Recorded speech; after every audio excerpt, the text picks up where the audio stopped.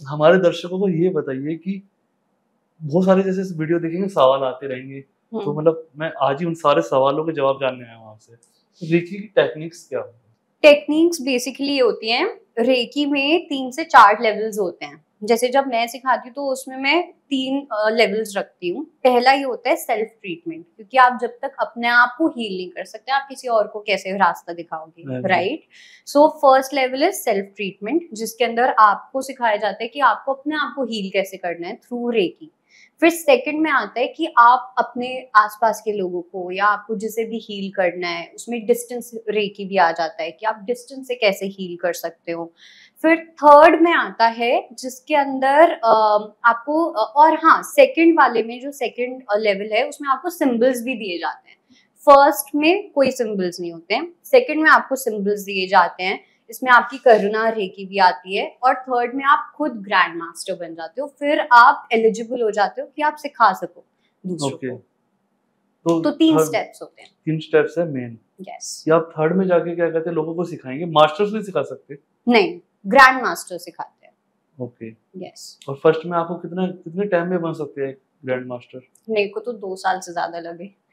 क्योंकि मुझे ऐसा लगता है कि आपको एक अच्छा एक्सपीरियंस ले लेना बहुत इंपॉर्टेंट होता है, जिससे मतलब पढ़ाना क्या है कि आप अपनी नॉलेज शेयर कर रहे हो।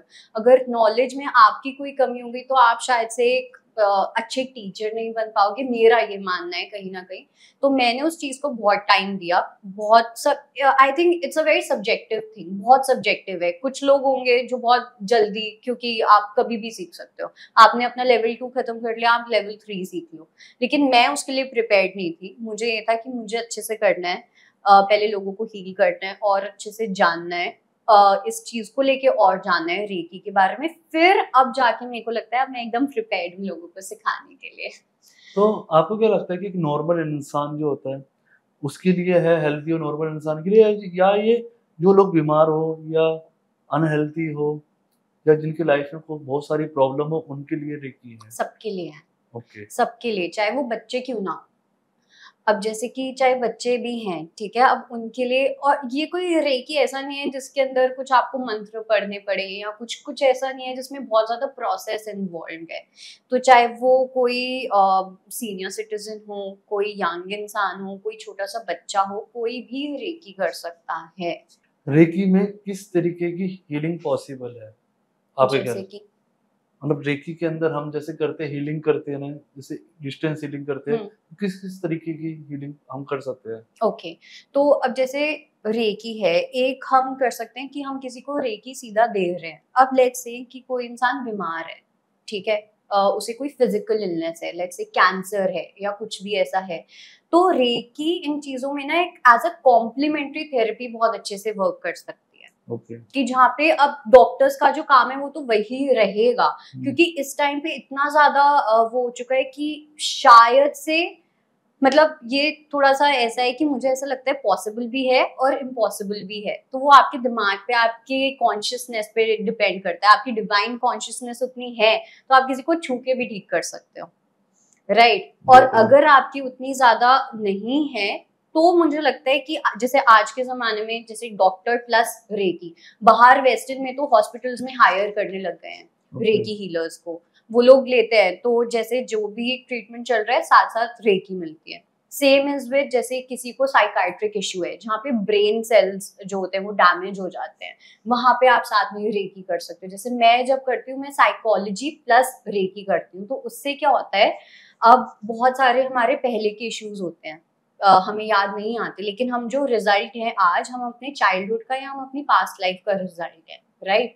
तो बहुत ऐसी मेमोरीज होंगी जो आपको याद नहीं आएंगी, ऑब्वियसली नहीं याद आती हैं, लेकिन जब आप रेकी करते हो साथ साथ तो आपको समझ आने लग जाता है कि अच्छा मेरे को आज ये प्रॉब्लम है तो इसका रूट इशू क्या है, इसका रूट कॉज क्या है। तो उसमें बहुत टाइम जो होता है ना वो बच जाता है। तो जैसे मैं अभी आपके सामने मौजूद नहीं हूँ, या उसमें कैसे रेकी काम करेगी? Okay, distance. So basically distance Reiki जो है, रेकी का जो सबसे बड़ा कॉन्सेप्ट है वो ये बताया कि रेकी को टाइम, डिस्टेंस, स्पीड समझ नहीं आती है। ये जो कॉन्सेप्ट है ये ह्यूमंस ने बनाया है, ये रेकी ने नहीं बनाया है। अब जैसे टेलीपैथी है, टेलीपैथी हम मेरे को आपके साथ यहाँ बैठने की जरूरत नहीं है, वो टेलीपैथी कहीं से भी हो सकती है। मैं आपकी दिमाग, अगर हम कनेक्टेड हैं किसी भी लेवल पे, तो हम एक दूसरे के थॉट्स को समझ सकते हैं कि अच्छा ये इंसान ऐसा फील कर रहा है, या आप समझ पाओगे। So same exactly is the same way with Reiki. अब पहले के जमाने में क्या दिखाया जाता था, भगवान, उनको टीवी नहीं चाहिए होता था, राइट, वो कुछ ऐसे ऐसे करते थे, वो आ जाता था।